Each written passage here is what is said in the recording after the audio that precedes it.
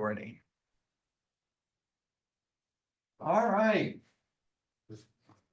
Well, good morning, everyone, and thank you for coming today. This is the third of 4 classes on the climate crisis.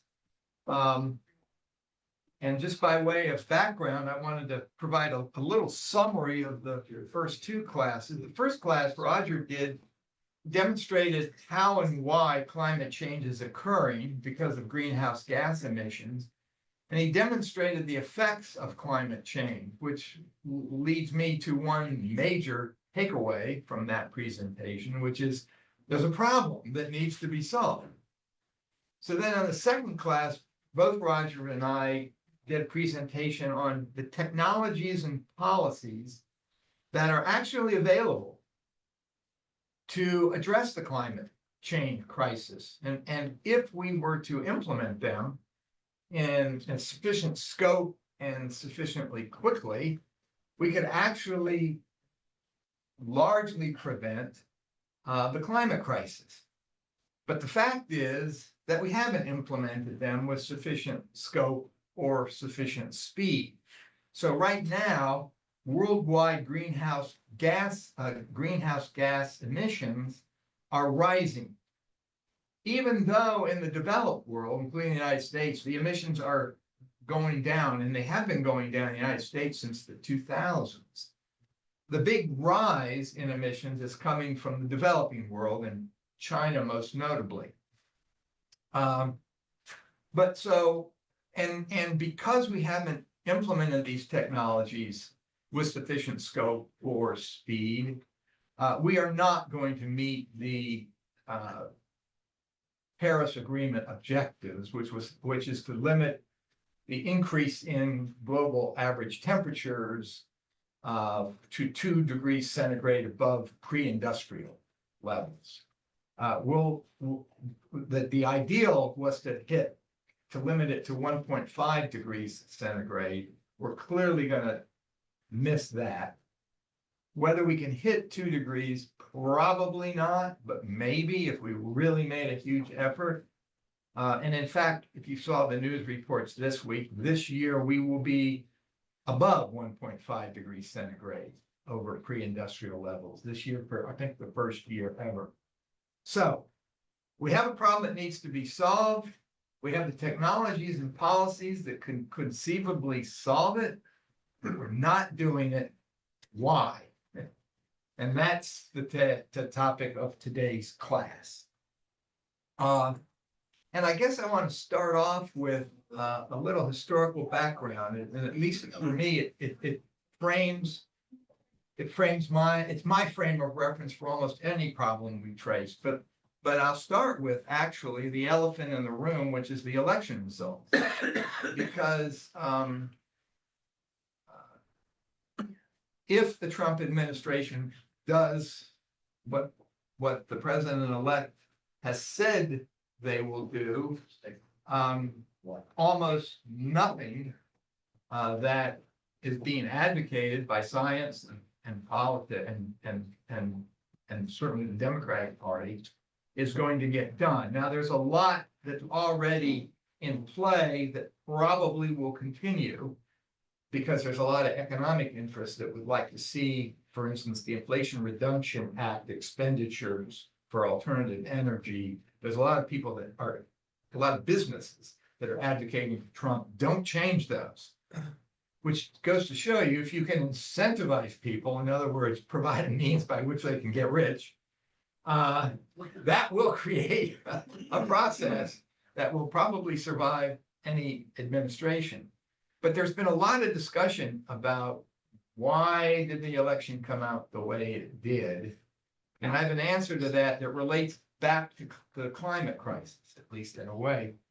And I was arguing with a friend recently about why the Democrats lost the election. And I'm not going to say so badly, because I think we're overreacting to the circumstances. But I told him, if you have a house in a hurricane, that hurricane blows through, any flaws in your house, and every house has flaws, are going to show up.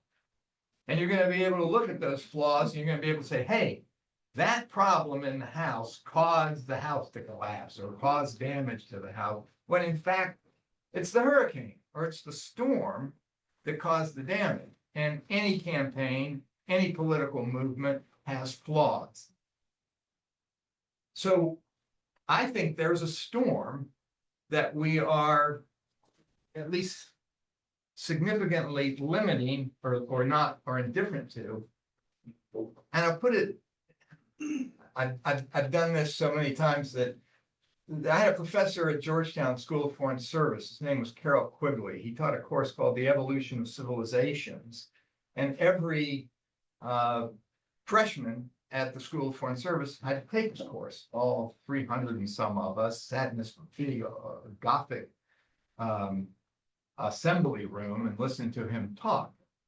One of the people who listened to him talk was a senior when I was a freshman, Bill Clinton. And when Bill Clinton accepted the presidential nomination from the Democratic Party in 1992, he identified two people that were most influential in his life and his view of the world, John Kennedy and Carroll Quigley. And of course, nobody knew who the hell Carroll Quigley was, except for those of us who'd also had Quigley. But Quigley told us in 1967 that we would be where we are now during our lifetime, and tried to prepare us for it. And his theory was that any society that becomes civilization develops what he called instruments to accomplish certain social objectives: military, political, economic, social, religious, and intellectual. That as time passes, those instruments become less effective for a number of reasons, including vested interests that develop around the instruments, but also, and most importantly, for our climate change analysis, because the environment that they were created in which they operated effectively, has changed. And that is, and we are at a stage right now where we've got every sort of instrument that we have relied upon to accomplish each of these objectives is becoming less functional because change is occurring, and changes in one area of one instrument cause changes in the other. That creates conflict. The conflict is and that creates an age which he labeled the age of conflict. And the attributes of an age of conflict, and I think these will all sound familiar, are heightened group and class conflict, political violence, increasing war, irrationality, pessimism, superstition, and otherworldliness. There is typically a frustrated majority struggling against a self-interested minority or elite. And in our current context, the frustrated majority may be different than who you think it is, and we may be the elite. There's increased gambling, narcotics, all sorts of societal dysfunction. I think that's the age we are in, and we are in an age of conflict. And what Quigley said happens in an age of conflict is there are two major impulses that rise up in the face of this dysfunction. One impulse is things have changed. We need to reform the instruments we have. We either need to create new instruments to accomplish these objectives, or we need to reform them. And that's sort of a forward-looking movement that embraces the idea of change as being good. The other reaction, Quigley said, that generally arises is the reason things aren't working as well as they used to is because we've departed from the basic fundamental values or practices that made things work in the past, and we need to go back and make America great again. Those are the two impulses that Quigley said would exist, and I think they are a perfect description of where we are now. The next stage in his evolution of civilization is if there is reform, then the society is revitalized. If there is not reform, there's the conflict and the difficulty of making things work creates an impulse on the part of all political actors for an authoritarian response. And the authoritarian response can come from the left, communism in the Soviet Union, can come from the right, fascism in Germany.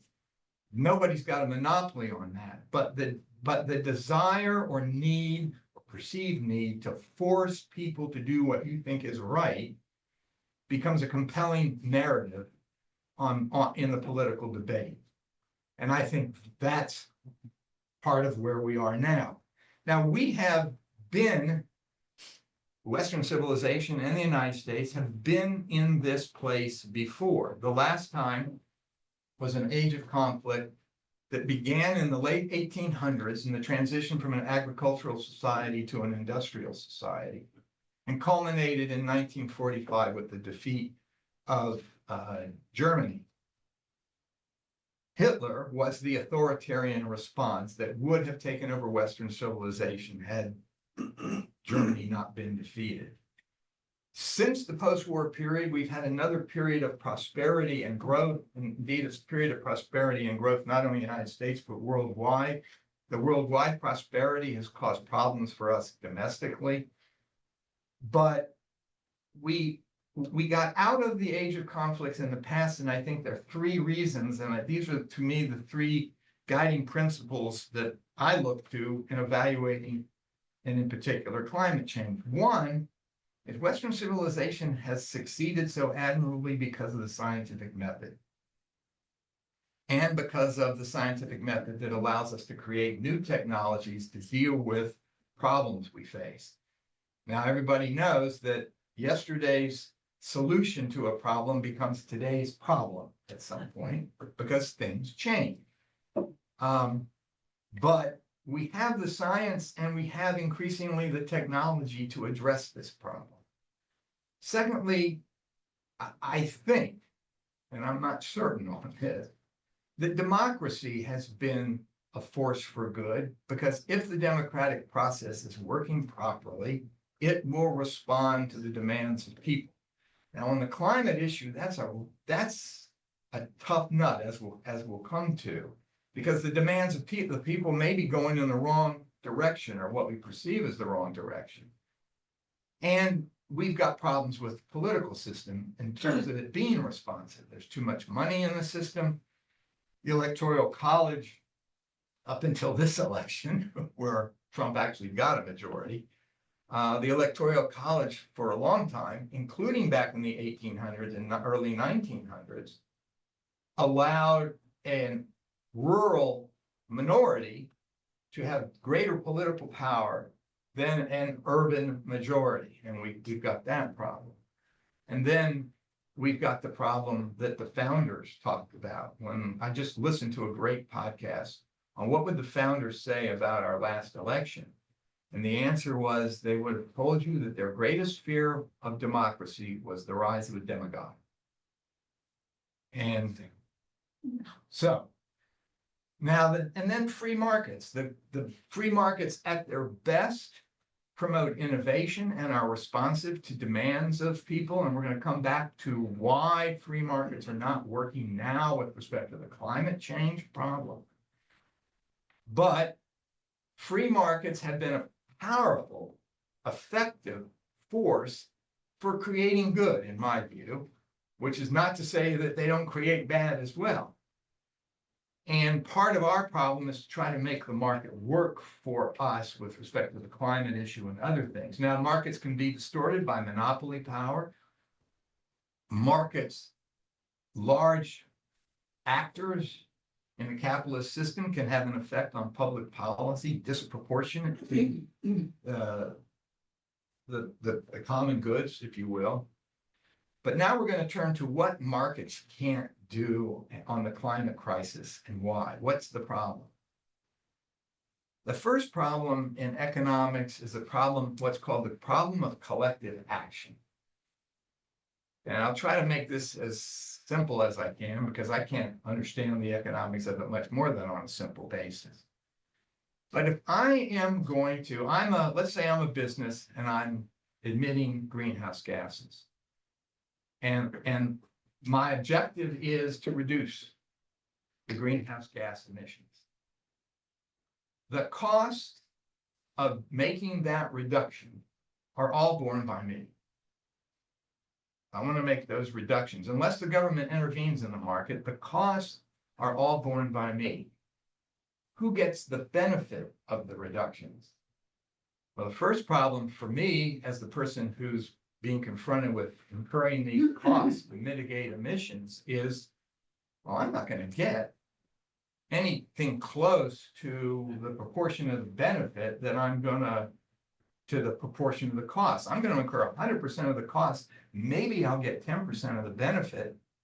And the other thing is that all those other people out there, the other 90%, they're going to get the benefit of the cost that I have paid to reduce my emissions, even though they do nothing.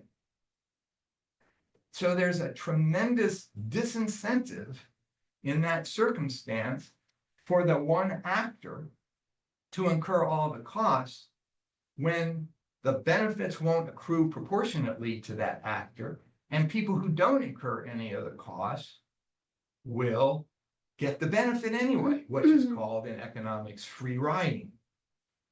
So that's one problem with why the market won't respond. Because if I could invest the money to reduce my emissions and get all the benefit of that for myself, it would be economical for me to do it. In fact, here's the irony, and we'll come back to this.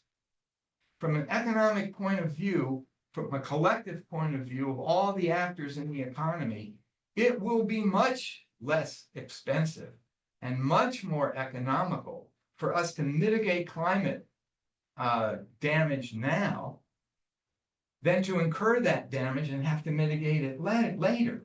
So from a collective point of view, the economically efficient thing to do is to mitigate. But from the point of view of the individual actors, the economic thing to do is not to be the mitigator and attempt to either not incur those costs or to free ride on somebody else. That is what's called the collective action problem. And the way to overcome a collective action problem is if everybody recognizes that it's in our collective interest to address this issue economically. What we need is a structure that forces everybody to participate in the cost, and so that no one free rides on the process, and everybody gets the benefit.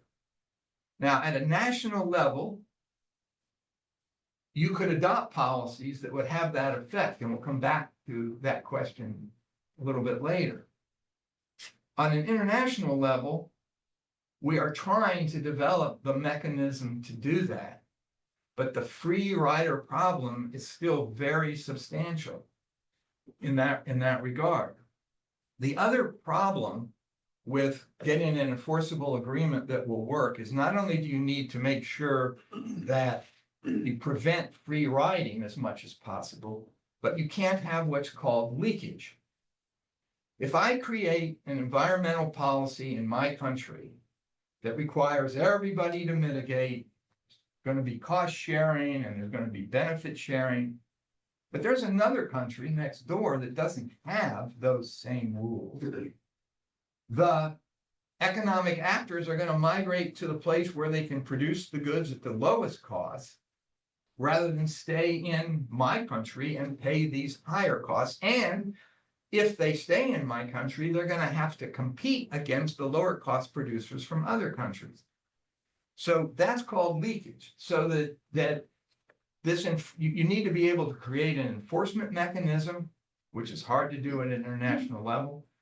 The enforcement mechanism needs to prevent free riding, and the enforcement mechanism needs to be broad enough and large enough in scope, geographic and in terms of the number of people covered, that it prevents material leakage.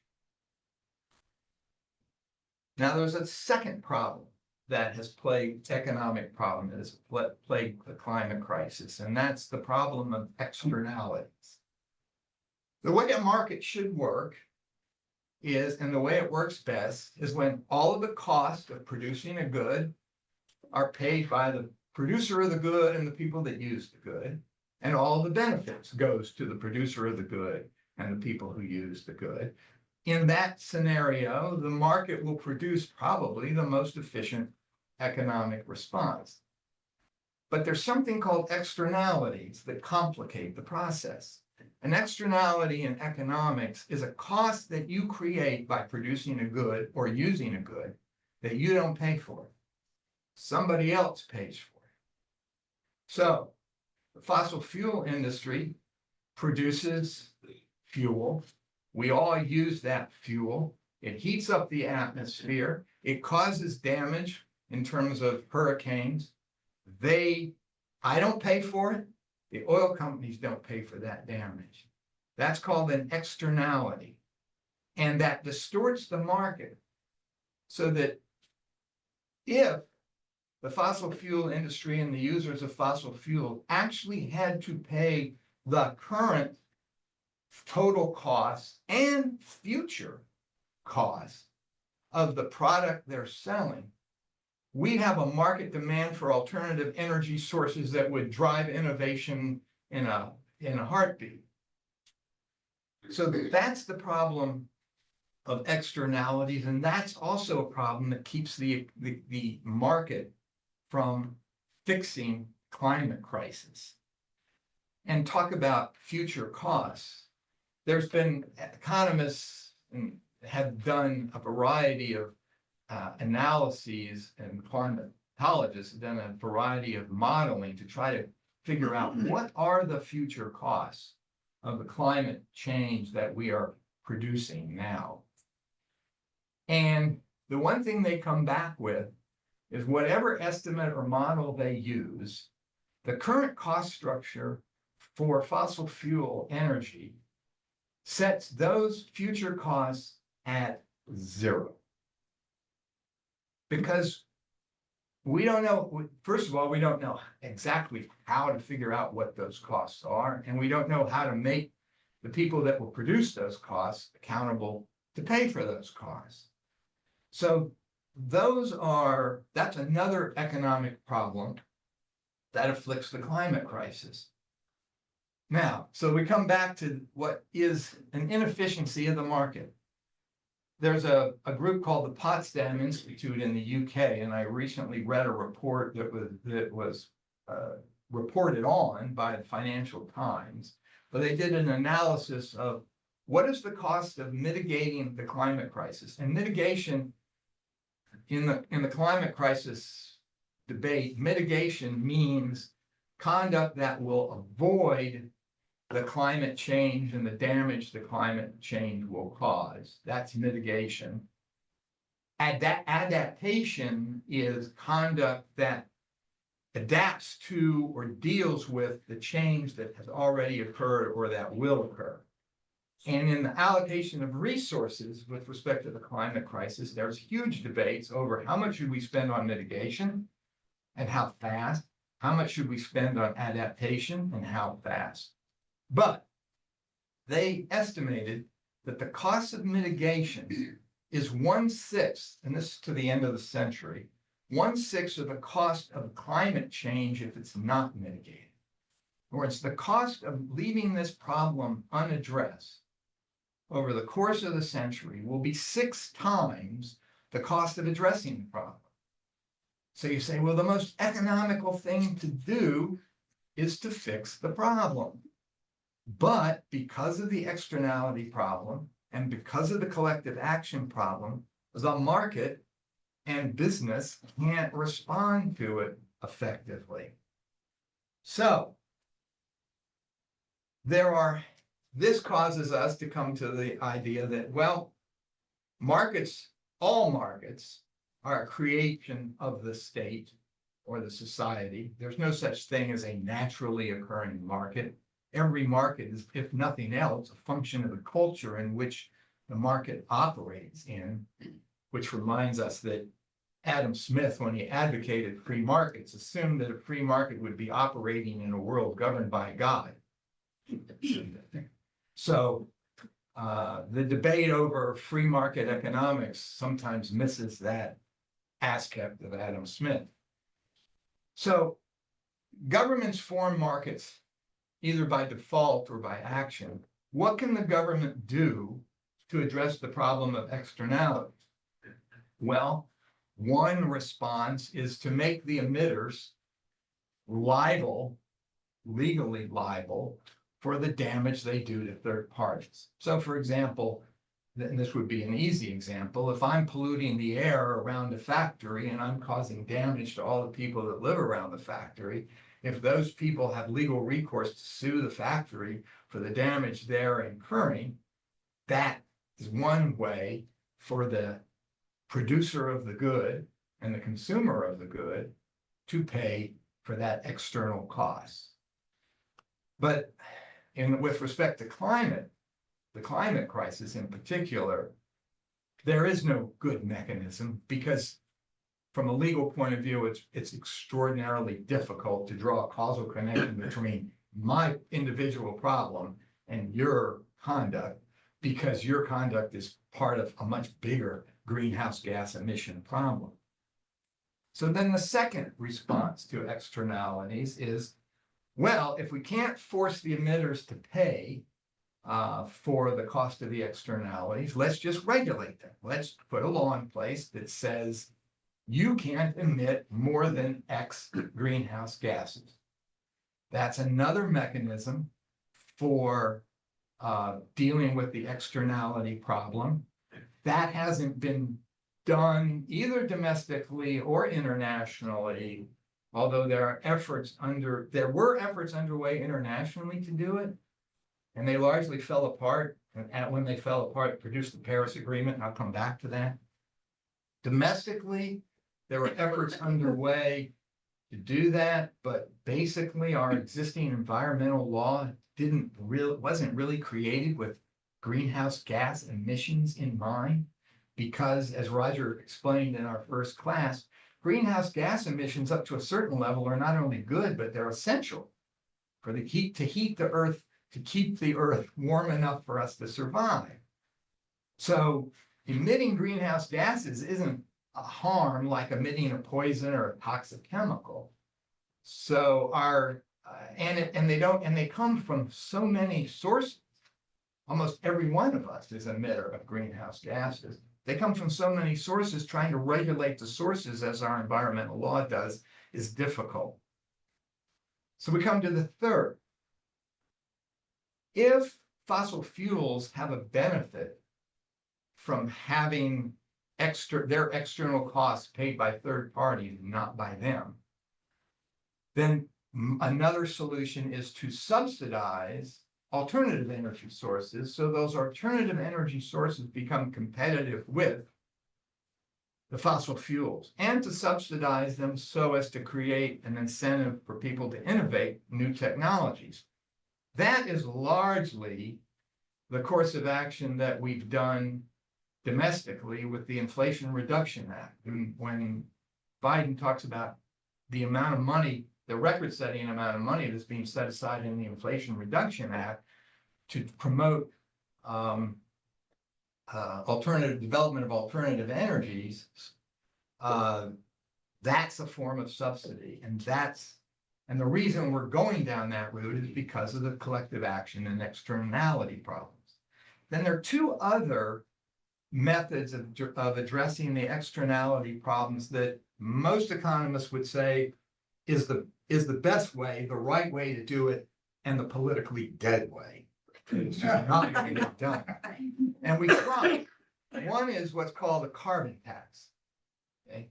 So if a producer of fossil fuels, if you say, oh, the external cost that you're creating by virtue of producing the fossil fuels that are used by these consumers is X, we're going to impose a carbon tax on you of, usually, even when it was proposed, it was 1/100th of an X, but of some portion of that cost.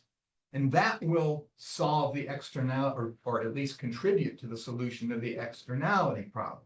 Because now the producer of the goods and the consumer of the goods, by virtue of having to pay the carbon tax, will be paying for the external costs, and that will cause, if they actually really ever did it would cause the market to say, wait a minute, we got to find another source of energy because we can't keep using this stuff. It's way too expensive.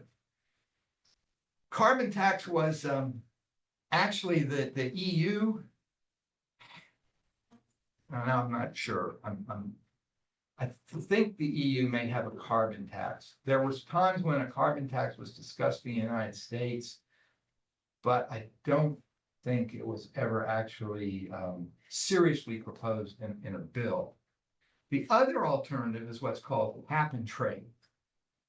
Cap and trade is the government says, we're going to allow collectively this universe of producers to produce X amount of greenhouse gas emissions. Now, what the cap is a big issue because you want the cap to bring down the amount of emissions. But the idea is you set a cap and then you issue allowances to people to emit greenhouse gases. But the allowances are tradable in a market.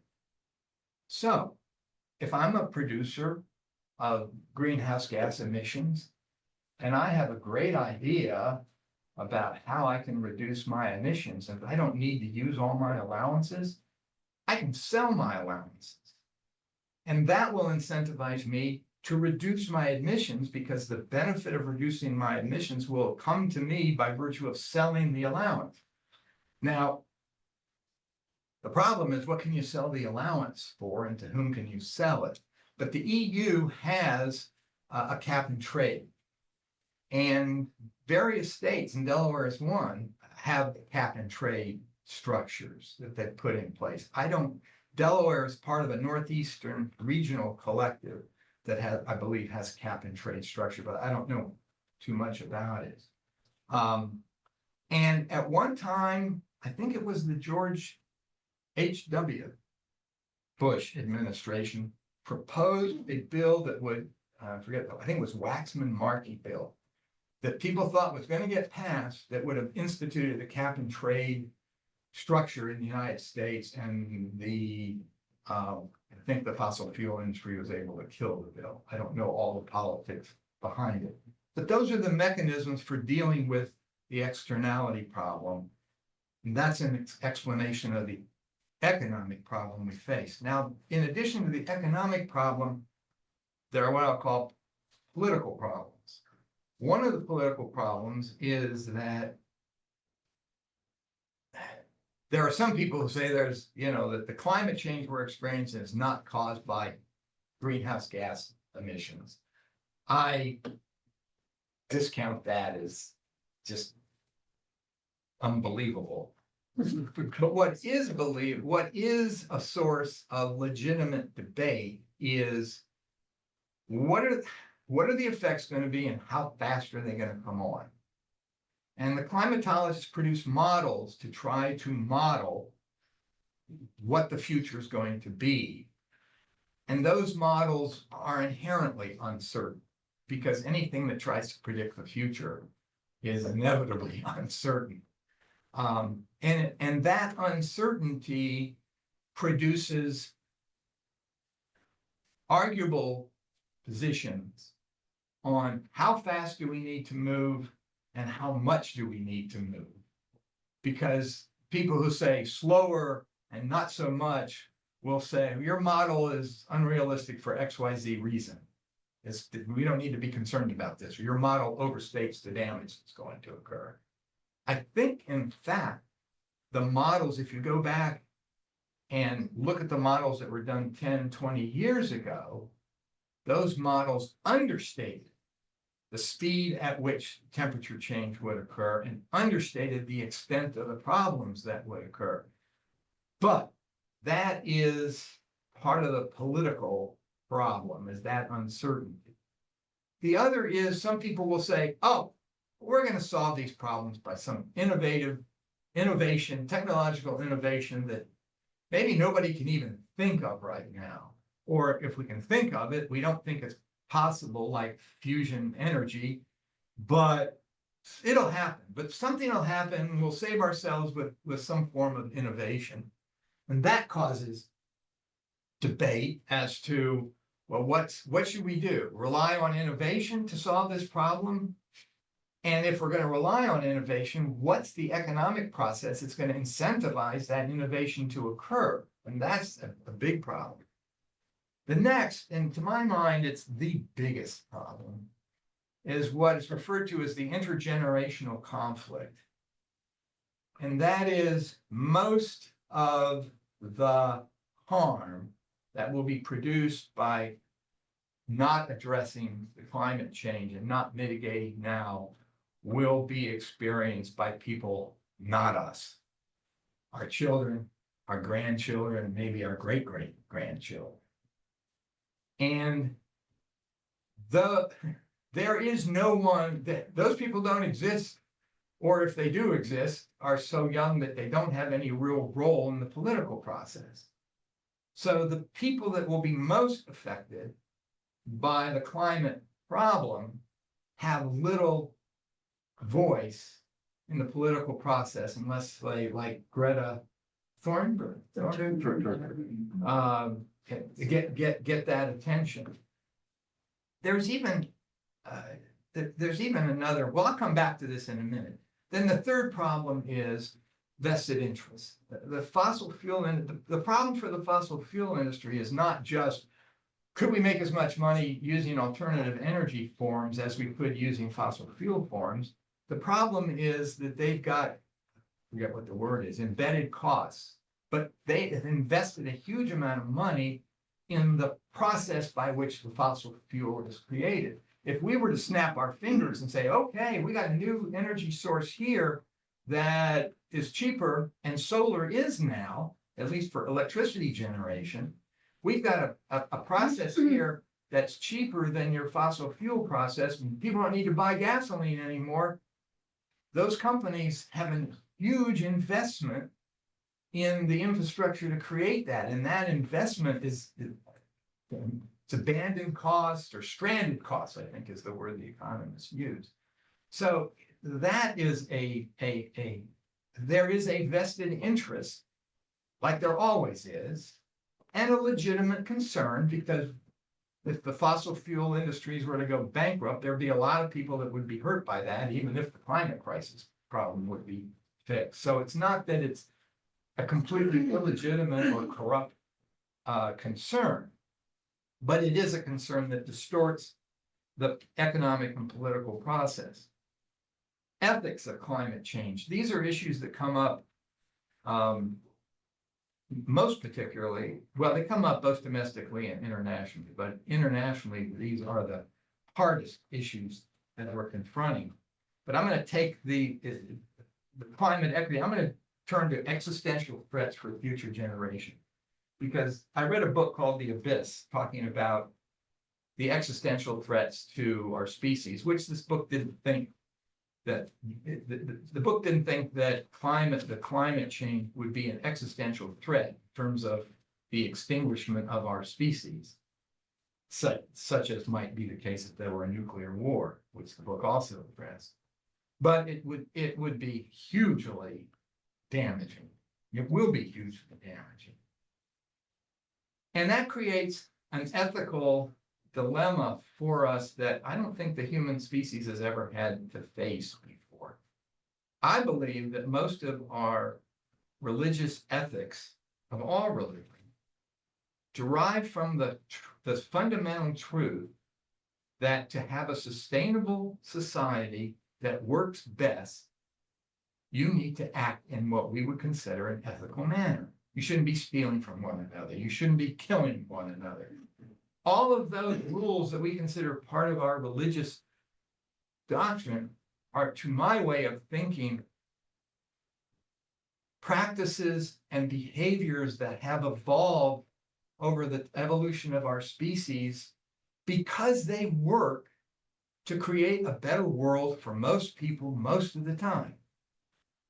But the importance in that context is that when I sacrifice my selfish interest for the collective good, which is what the ethic asks us to do, I get back the benefit of the sacrifice that I'm making. I live in a better society. That is what drives the ethic, that level of reciprocity. In the case of climate change and other existential threats that affect generations distant from us, we are being asked now to make sacrifices today to create benefits for future generations that we will not enjoy. That requires an ethic that the human species, I don't think, has ever had before, because we've never had the ability to look into the future and say, yes, there's an existential threat to our grandchildren and our great-grandchildren, and I need to do something now. I need to sacrifice now to address it. We've never had the ability to even identify the problem. And so a lot of evolutionary psychologists are asking the question, almost with amazement, that there are so many of us who are, I shouldn't say so many of us, there are so many of you, I won't include myself in this group. There are so many people who are willing to make the sacrifice now to benefit future generations. And the evolutionary psychologist goes, what's motivating these people to do this? What is it in their conscience that causes them to want to do that? And that's a new ethic and a new ethical dilemma. Now, to go back to climate equity, the more practical or more immediate equity concerns. There's something called the tort argument in terms of climate equity, and that is that the emitters of fossil fuels are not the people who primarily suffer the damage from the fossil fuels. Too much of the damage is being suffered by people that live in countries that don't emit much of anything. And the rise of sea level is causing that damage to them. So one of the big problems in the international arena, and if I have time, I'll come to this, is when the first agreement was created, what's called the Kyoto Protocol was created. That protocol called for reductions in emissions by only developed countries. Developing countries did not need to reduce emissions. And the argument that was made at the time that put that structure in place is you, the developed countries, you created this problem, we didn't, you fix it. But the United States opposed that protocol, never entered into that protocol. But what happened is greenhouse gas emissions from developing countries skyrocketed, in large part because of China. So by the time of the Paris Agreement, we looked at the situation and we said, we cannot control the climate crisis without including developing countries in the emissions controls. And the developing countries said, okay, well, guess what? If you want to include us in your emissions control, we'll go along with that, but you got to pay for it. And that the concert of parties that's going to start tomorrow in Azerbaijan, the main issue for that group is how much will the West, how much will the developed countries pay to underwrite emission reductions and adaptation in the developing world. A second is, and this is a related problem, second problem is you, the developed world, you've got all the money. We don't have any money. So if somebody's going to pay, and it's been estimated that the cost of restructuring our energy system worldwide will be the largest capital-intensive expenditure ever made in the human history. It's huge. And the developing countries say, we don't have the money to do that, we can't raise it. And if we have time, I'll get to that too. And then the third argument that's made that the developed country should pay the cost of emission reductions and mitigation and adaptation is that the climate is a common good and you have fouled our common good and you should be responsible for paying for that. But it all comes back to the fact that the developed world created the greenhouse gas problem. We are still, the United States is the second largest emitter. Even though our emissions have gone down, we're still second largest. China is first. All right, financial obstacles. We get to the money. Emissions declining in developed countries, but increasing in the developing countries. So there needs to be financing for decarbonization in developing countries. And I listened to a great program yesterday the Brookings Institute put on about in anticipation of the COP conference that begins tomorrow on the economics of mitigation and adaptation. And one of the professors, and this argument appeals to me because I'm sort of hard-headed when it comes to these things. She said, there are moral reasons, there are ethical reasons, but there's an economic reason why you, the developed world, should finance emission reductions in the developing world.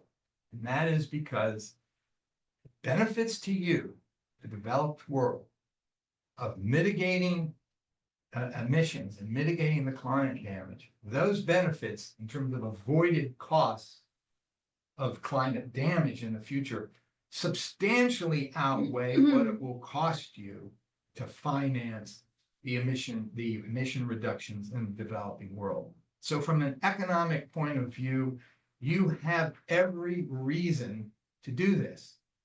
Here's where our collective action problem comes in.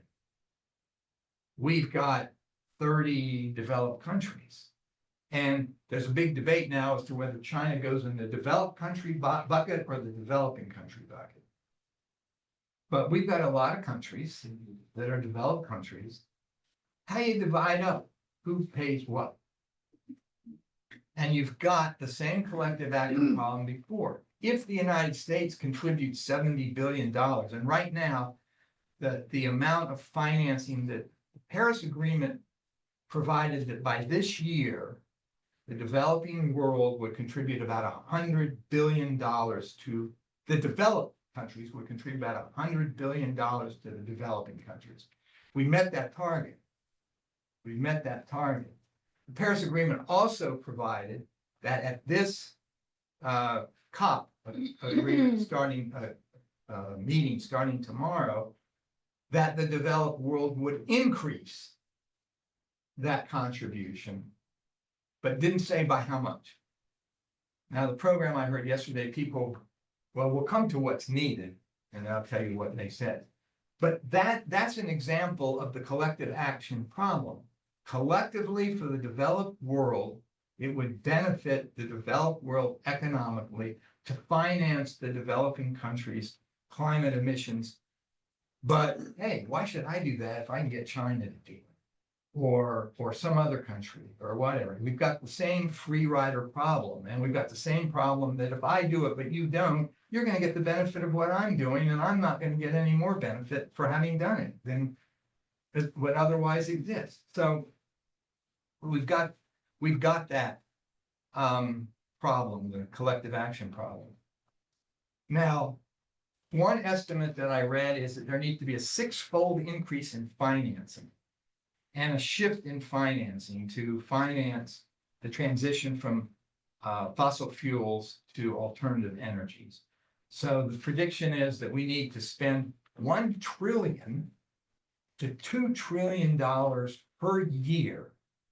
Now, the global economy is $110 trillion of activity in a given year. So those are daunting numbers, but they're not a huge percentage. What's being proposed right now by at least some sources is that the $100 billion should be increased to $300 billion. There's a Manila-based Asian Development Bank that estimates that between $102 billion and $431 billion will be needed in annual financing for developed countries to not mitigate, adapt. 100 to 400 billion, not to reduce emission, but to adapt to the climate damage that's already occurring, and primarily coastal and river flooding. And so that's sort of where we are right now in the climate crisis in terms of pain. Is this meeting that starts tomorrow will be a big step.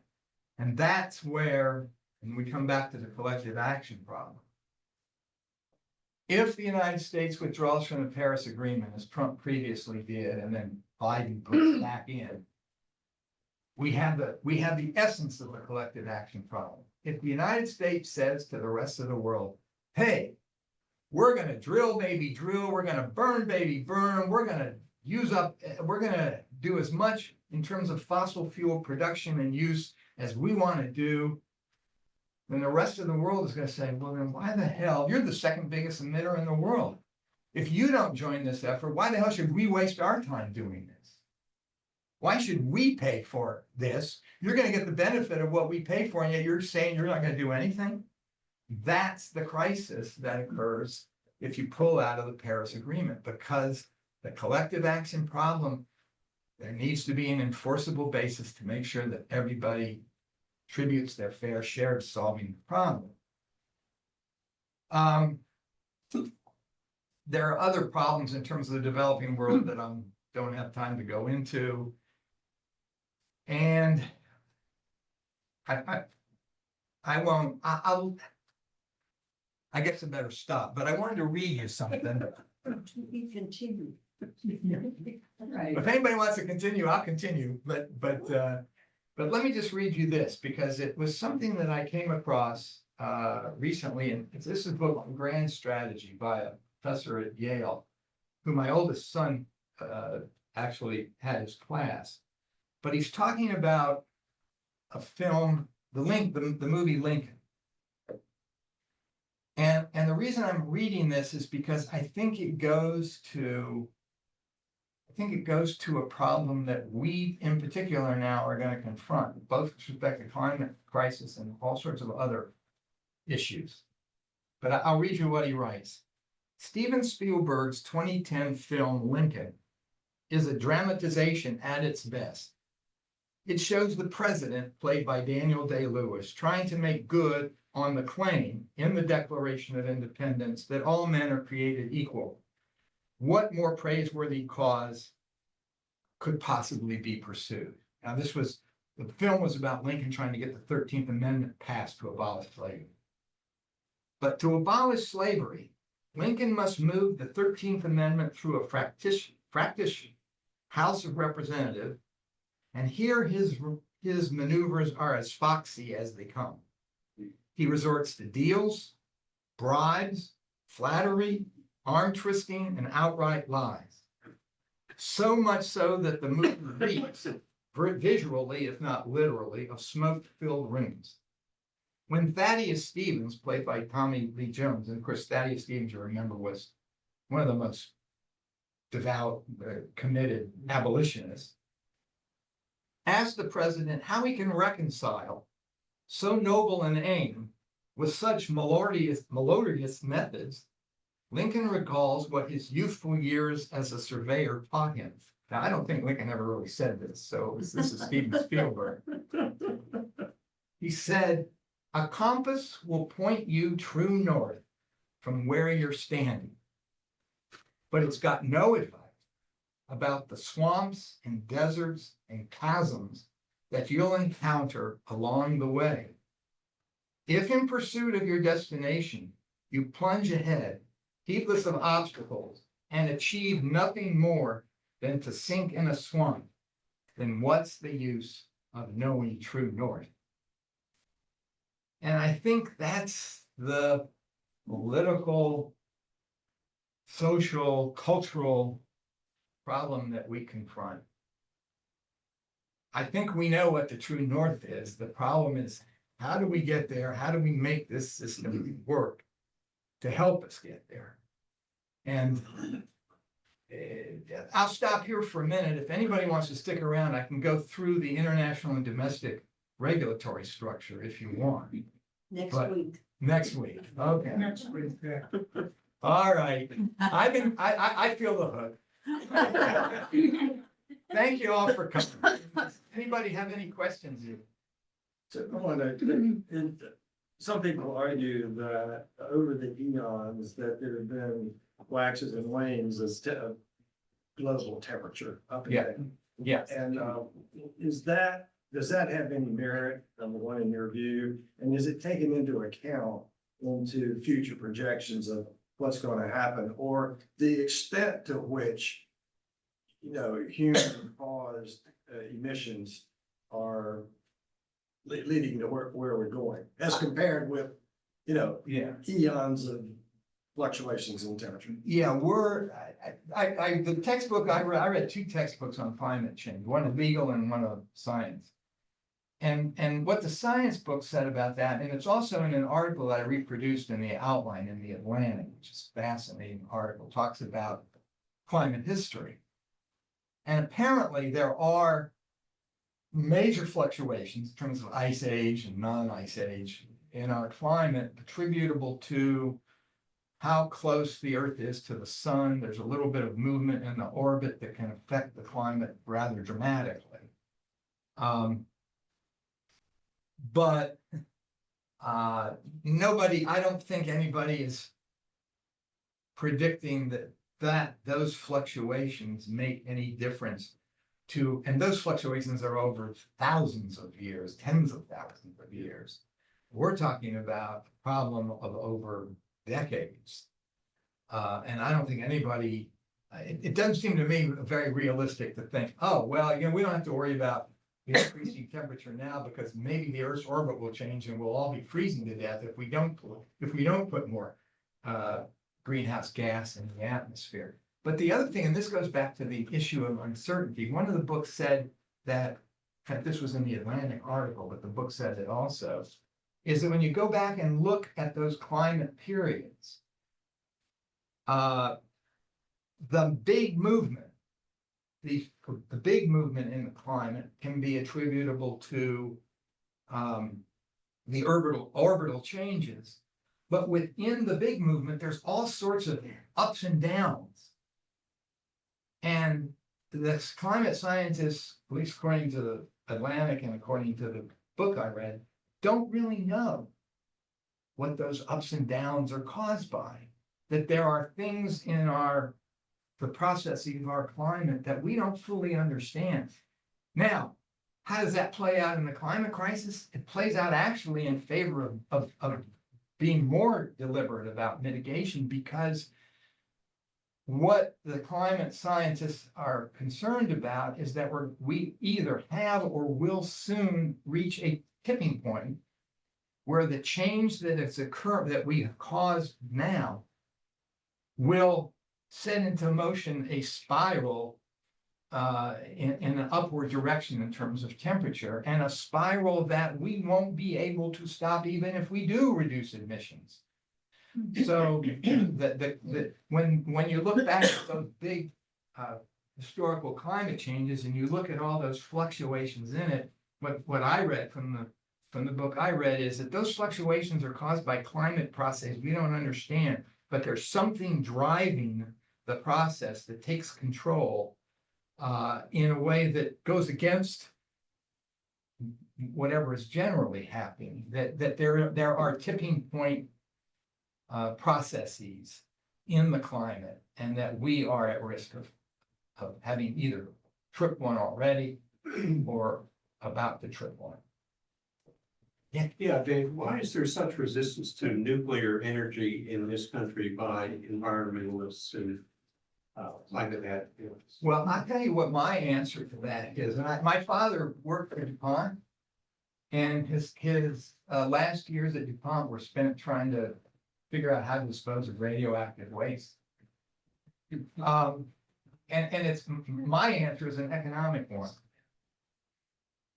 That's the risks of damage that would be caused by a nuclear accident are so huge that no no company, no collection of companies, no insurance companies, no collection of insurance companies could ever insure that risk, cover that risk. So if you were to say to a nuclear power plant, yeah, you can operate nuclear power, but you're gonna have to buy insurance so that if you have an accident, you're gonna pay for all the damage done by the accident. The company would say to you, and they did say, well, we can't have nuclear power then. So the government passed a law that limits the liability of nuclear power plants with respect to an accident. Because without that limitation, they could not operate. Now, you can say, oh, well, the benefits of nuclear power are so great and the risks of the accident are so small that we should subsidize the nuclear power energy by protecting them from paying for the externalities that they might cause. But my arguments with my father were, but wait a minute, if this is really economical, shouldn't you be able to cover that risk? And if you can't cover that risk, it's not an economical energy source. And I think that's sort of where it comes down to. And they still don't know where they can put the radioactive waste. I mean, at least when my father passed away or retired, they hadn't solved the problem yet, and I don't think they have. But those are the issues. Isn't Europe going back to more and more nuclear power though? I think so. Yeah, So they've accepted the risk for whatever external reasons might be there because of the emissions issue, yeah, zero emissions practically. yeah. So I guess it's a calculated risk by the EU that we're not willing to do just yet. Well, I don't know that we're not willing to do it. I don't know what stopped the nuclear. I mean, it certainly was 3 Mile Island and then Chernobyl Right. that motivated us not to invest in nuclear power anymore. But I think the calculation must be, and I don't know how accurately anybody can make this calculation, is that the risks of the climate change mitigated are greater than the risk of a nuclear accident, and therefore it makes sense to use nuclear power to try to mitigate greenhouse gas emissions. Well, and as you said 2 weeks ago, the people that need energy for AI are trying to restart 3 Mile Island, Yeah, Right. you know, because Fired it up again. yeah. fire it up again. Yep, Well, they haven't fired up, they're asking, they're gonna apply for permit. Okay. yeah, right. Yeah. But yeah, I mean, I sent my son an article 2 days ago on the problems of certain prostate cancer treatments. And his email back to me was, there's no free lunch. And I guess that goes for climate crisis too. There's no free lunch. Anyway, yes, thank you. The people in this room are mostly, if not completely, college educated. We understand this, but we found ourselves in the minority on Tuesday. I made thousands, literally thousands of phone calls starting in January, talking to voters, trying to get them to support the Democratic ticket. The one phone call, one response stands out to me, and that was when I was talking to a voter who obviously was not a Democrat, making my pitch for why they should vote for us. The response was, why should I vote for you guys? You look down on us. Yeah, yeah. So I think that's, And I've also heard, Bob, from several that I didn't believe the Democratic Party left. yeah. So I've that, heard that response too. that's the gap, that's Yeah. the divide Yeah, that You're we right. have to address now. yeah, I gotta read you something. Yeah. Thanks, Bob, because starting now. I produced 2 articles yesterday that discuss this, because I do think that divide between what I'll call the meritocracy, people like us, college educated, and working people, non-college educated, is the driving force Yeah. behind Donald. behind Donald Trump and our problems. And in fact, Sarah had a line when she was interviewed on The View on Friday. She had a line that was something like, "You don't need to be right I'll let you have some. for me to appreciate you've been wrong." Something like that. But basically, she was saying, even though I disagree with these people about all sorts of policy things, that doesn't mean they don't have a legitimate grievance. In fact, she then went on and spoke about there's enough pain to go around. And the Democrats are saying to the Republicans, "You don't feel my pain." And the Republicans are saying to the Democrats, "You don't feel my pain." And, but let me read you this. I'll read you. Is that David Brooks, New York Times? No, I haven't read David Brooks yet, but I know. David Brooks. This is actually out of the Financial Times. I must say I'm biased in favor of British business media because it's both sensitive to, and I think in a very pragmatic way, to business concerns. At the same time, it's not dogmatically right wing. But anyway, there is a raft of advice out there on how to reduce polarization.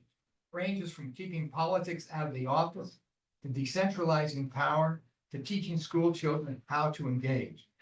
But not much will change until we adults step up. Instead of regretting how populists like Trump exploit resentments, it might be more fruitful for liberals to listen to what those resentments are. After Brexit, the author was a woman. After Brexit, this woman, she said, "I traveled to parts of England." She was a Remainer. She wanted to keep the UK in the EU.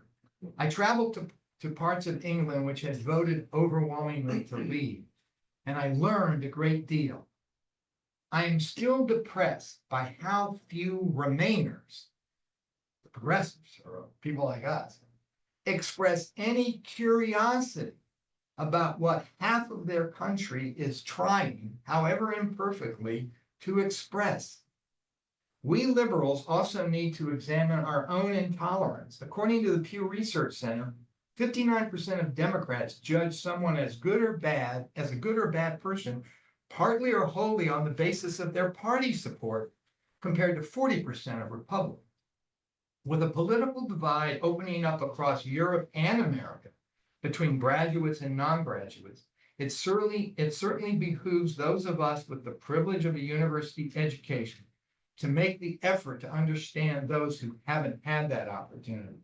Instead, it seems that we are more likely to preach and more sure that we are right, even as we pull up the drawbridge behind us. Who wouldn't respond to being patronized and dismissed by voting for the garbage truck? No. And here's you want to hope one more? The anger carousel also loves binary issues, which bind its supporters. Is it a coincidence that even when voters insist their central concern is the economy, so much discourse is ever more dominated by matters which lend themselves to an absolutist debate? Brexit, Scottish independence, abortion, trans rights, gun control, immigration, Israel, Gaza, the retreat from net zero. This leads to the othering of your opponents, this absolutist attitudes. This leads to the othering of your opponents, to the dehumanizing language of deplorables and garbage, of Marxists, fascists, and treason. It also serves parties and electoral systems where the choice is binary, and when complete power can be won with less than a majority of votes. This is not only a right-wing phenomenon, but progressives, too prone to blinkered moralizing, are less effective at it. Is there a way past this? Only by finding ways to quell the anger. Clearly, a vibrant economy is the best medicine, but only if it raises all boats.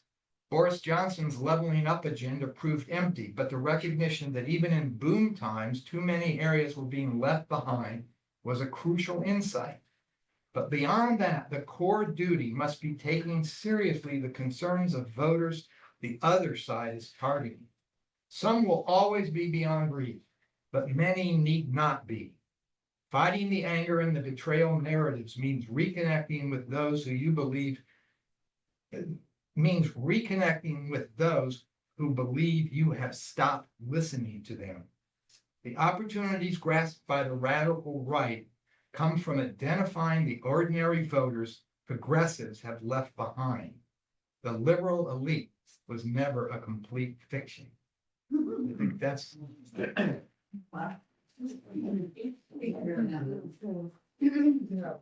Read David Brooks's editorials Right. are in yesterday's New York Times. Will do, will do. I'm sure he reflects these. Yeah, it probably does. Yeah.